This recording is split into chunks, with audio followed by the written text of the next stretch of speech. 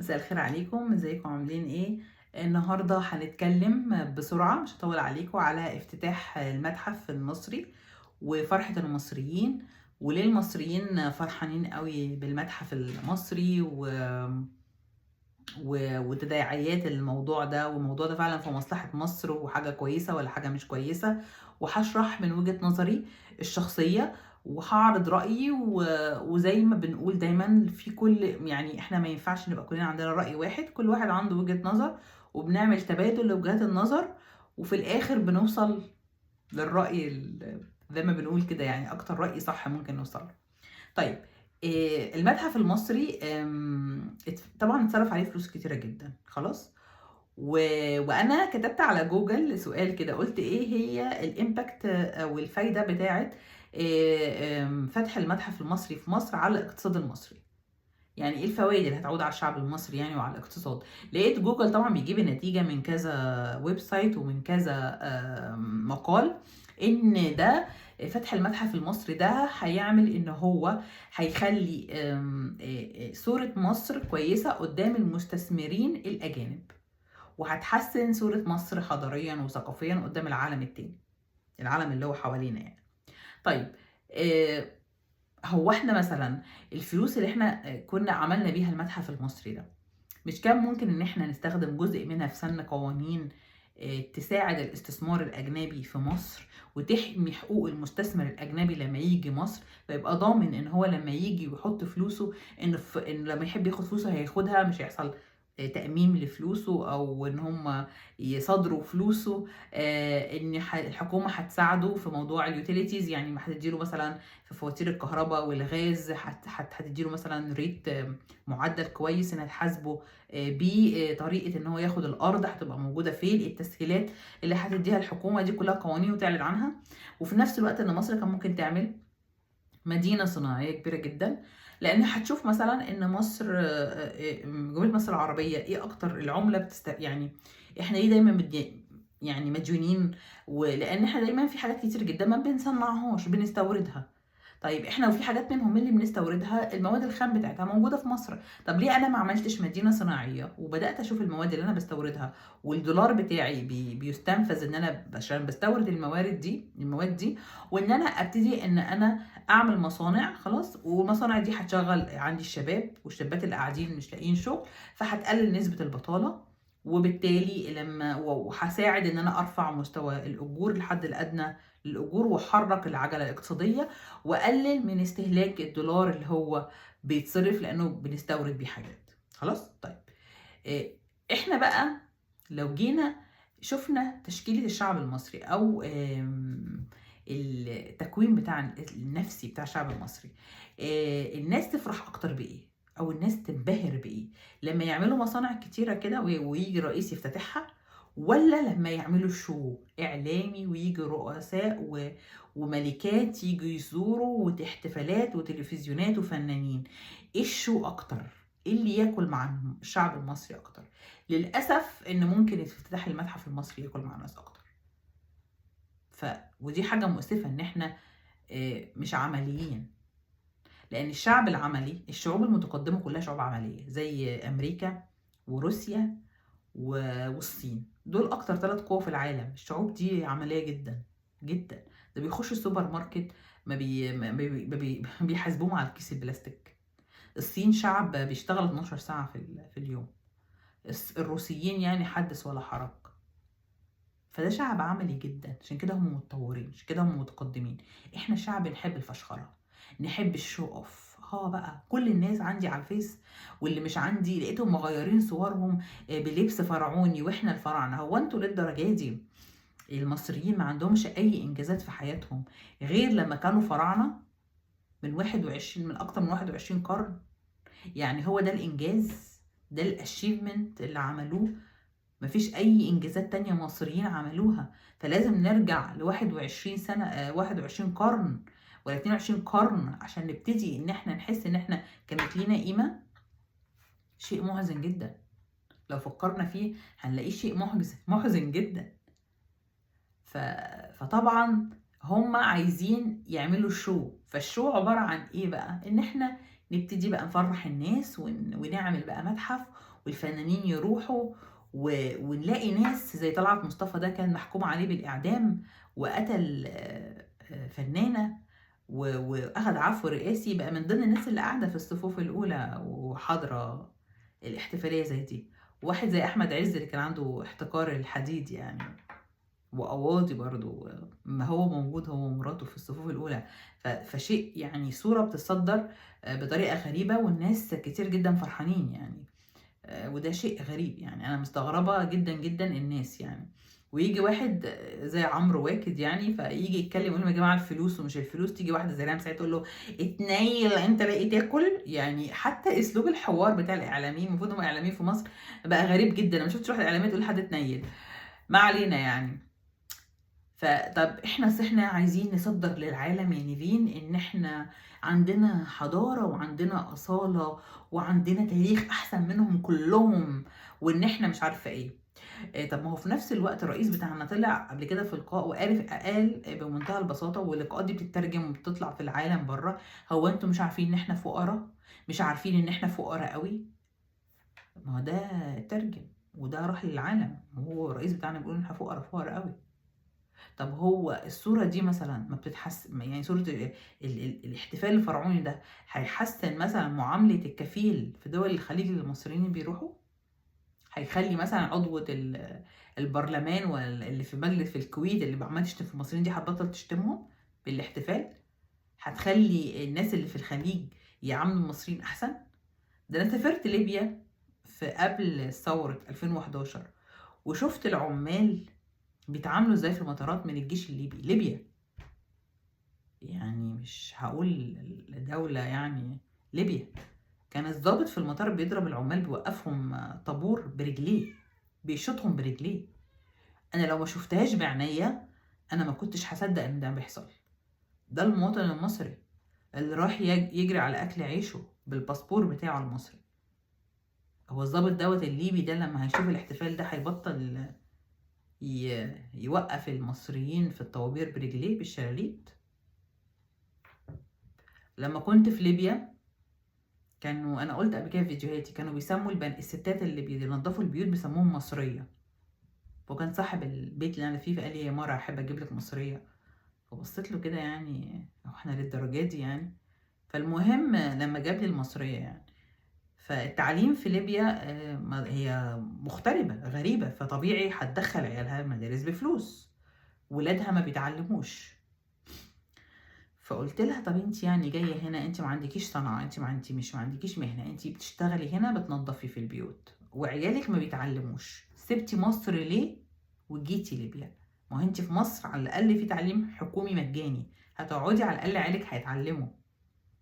قالت لي انا جيت عشان اعرف اكل، انا هنا لاقيه اكل واشرب، في مصر ما كنتش لاقيه اكل. المتحف المصري هيساعد واحده زي دي؟ ففي حاجات كتيره موجودة. طيب ليه حصل كده؟ لأن الشعب، الرئيس السيسي أشهد له بذكائه جدا وبدهائه، وأي حد يقلل منه يعمل أندرستيميت ليه يبقى هو إنسان غبي. هو ذكي جدا جدا وعنده دهاء رهيب ودارس جدا. أنا يعني اعتقادي الشخصي إن هو دارس علم نفس ودارس سلوكيات، وهو فاهم كويس قوي يتعامل إزاي مع الناس. يعني من أول الحكم العسكري لمصر حتى الآن هو أذكى رئيس وأدهى رئيس وأخطر رئيس جه على مصر، لأنه كان بيشتغل، كان ماسك المخابرات. والمخابرات عبارة عن إيه؟ مش قاعدين غير إن هم يحللوا في سلوك الناس ويدرسوهم ويدرسوا ازاي يسيطروا على الناس. هو عارف إنه أيام الثورة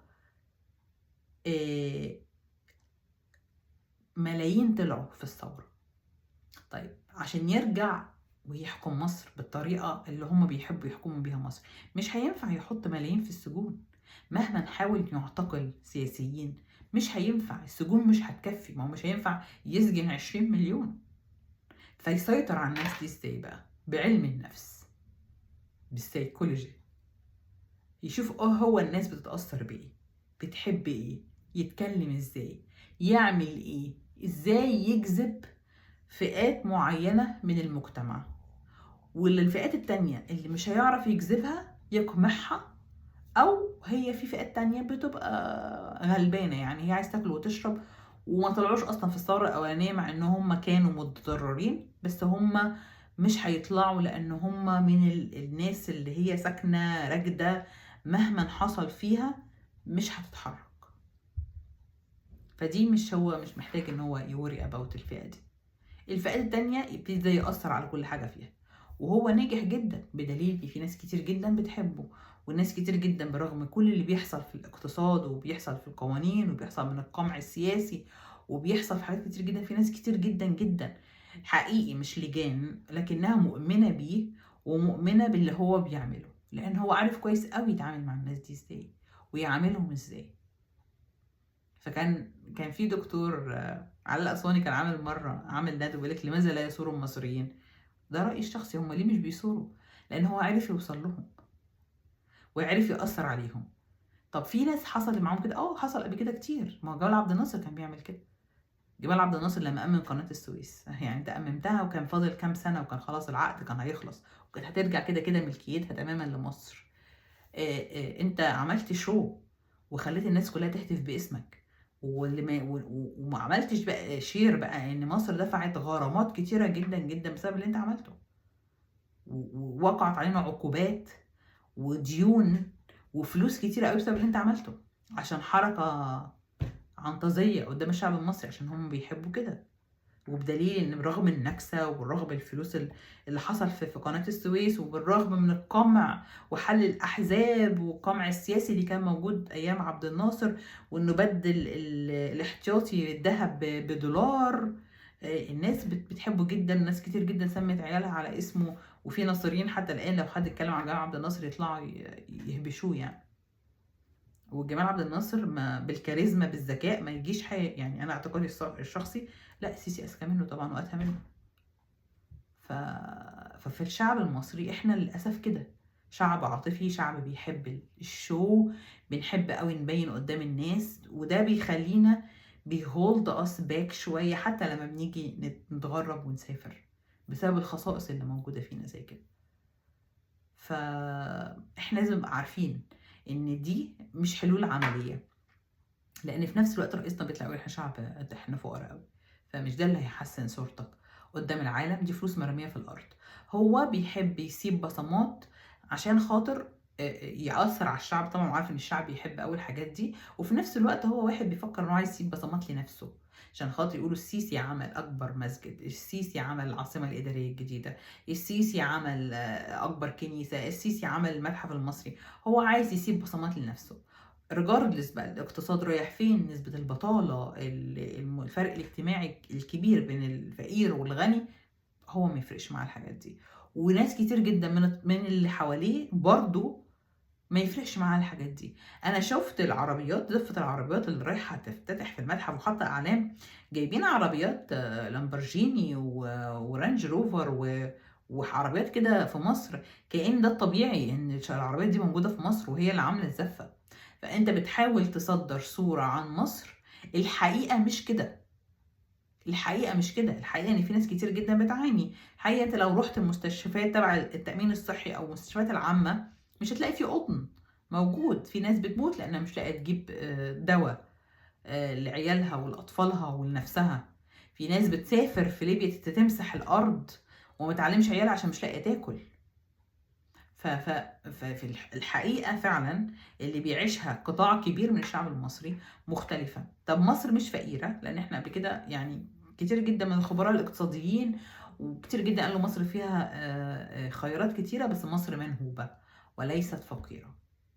دي الحقيقة، ان احنا عندنا الريسورسز بتاعتنا بيتم اهدارها وفي فساد في مصر كبير. خلاص، دي المشكله. طب هيجي حد يقول لك اصل احنا الاخوان عملوا، اصل قبل كده لو ما كانش جه ده احسن من مش عارفه مين. فكرتوني بواحده كانت حاطه مشكلتها على جروب عندنا هنا في امريكا وكندا، جروب ستات يعني، فبتقول لك انا جوزي ما بيصرفش على البيت وقاعد من الشغل، وانا بشتغل 6 ايام في الاسبوع، وأنا اللي متكفّلة بكل الفواتير وكل المصاريف ومتكفّلة بمصاريف عيالي، وأنا تعبت جدًا، بس الحقيقة جوزي راجل محترم وكويس، فأنا مش عارفة بقى أتطلّق وأسيبه والّا لأ، بس أنا تعبت وجسمانيًا تعبت وأعصابًا تعبت. فالناس بيسألوها طَب هو محترم إزاي يعني؟ يعني هو راجل ما بيصرفش على البيت وما بيساعدكيش في البيت وأنتِ بتشتغلي 6 أيام من 7 أيام وبترجعي وتقومي بدورِك كزوجة في البيت في كل حاجة، فقالت لهم أصل هو ما بيخونّيش، ما بيشتمنيش وما بيضربنيش.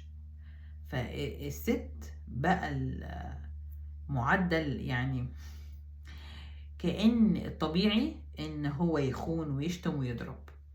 ف فإن هو عشان ما بيعملش الحاجات دي بقى إنسان محترم جدًا، بغض النظر إن هو مش قايم بواجباته كراجل وإن هو مكفّي بيته وإن هو بتشتغل أساسًا وإن هي تعبت جدًا ومش قادرة ت ت ت ت توفّق بين المصاريف الاقتصادية برّه وجوّه، وهو مُعتمد عليها، أنا أصل مش لاقي شغل فأنا قاعد في البيت، يعني الست لقت وهو ما لقاش، وقاعد بيصرف، أصل هو ما بيضربنيش وما بيشتمنيش وما بيخونّيش. طب ما طبيعي إن الراجل المفروض إن هو ما يخونش وما يشتمش وما يضربش ويعول بيته ومراته وعياله. فبقت الست حست إن ده يعني إن اللي عندها ده هو حسسها إن هو كان بيمِن عليها، فده اللي بيحصل معانا يعني. يعني طبيعي إن ده يحصل لنا، طبيعي إن إحنا يبقى عندنا ديمقراطية، إن إحنا قُلنا عايزين فترات رئاسية، يعني فترة 2، 3 بالكتير، ما يبقاش الواحد الرئيس ييجي يقعد لغاية لمّا يموت، إحنا ما بقيناش ملكية، إحنا بقينا جمهورية، ومش معنى إن إحنا بنقول أصل الشعب المصري خايفين الإخوان ييجوا يحكمونا والّا خايفين طب ما تساعدوا إنكم أنتم تبتدوا ترجعوا الأحزاب وترجعوا حرية الكلام والحرية السياسية وتطلعوا المعتقلين السياسيين والصحفيين زي محمد أكسجين وتخليهم يطلعوا ويعكسوا الواقع اللي موجود والناس تتكلم والناس تبقى عندها ثقافة والناس تبقى عندها ثقافة سياسية وتبتدي ان كنتوا لو حد بيحب مصر هيبتدي يعمل كده مع الشعب يعني ويبتدي فعلا يقول انا خلاص انا عملت اللي عليا وانا وساعدتكم ان كنتوا تبقوا تنضجوا سياسيا وانا كده خلاص نبتدي نسلم للي بعده وللي بعده. ولكن مصر أصبحت كل واحد بييجي بيقعد لغاية لمّا يموت، والشعب خلاص إحنا ناخد ده أحسن من اللي إحنا نعرفه أحسن من اللي ما نعرفوش، أصل هو كويس معانا. ف فطبعًا شيء يعني مُحزِن شوية إن إحنا بقينا بنرضى بالminimum بالفتات. يالّا مبروك علينا افتتاح المتحف المصري، وكنت أتمنى إن يبقى في مصانع وشركات واستثمار، كنت أتمنى يكون في مدينة صناعية كبيرة، كنت أتمنى إن صناعات كتيرة جدًا اللي مش مسموح لمصر إنها تفتحها تبقى موجودة في مصر، صناعات بتتم استهلاك العملة الأجنبية فيها إن هي تبقى متوفرة، إن تقل البطالة، إن يبقى في حد أدنى للأجور، إن حاجات كتيرة تبقى موجودة فعلًا عشان نحس إن في ازدهار حقيقي، عشان الناس والشباب والشابات ما يضطروش إن هم يسافروا دول تانية يتهانوا فيها عشان ياكلوا ويشربوا. أشوفكم الفيديو الجاي.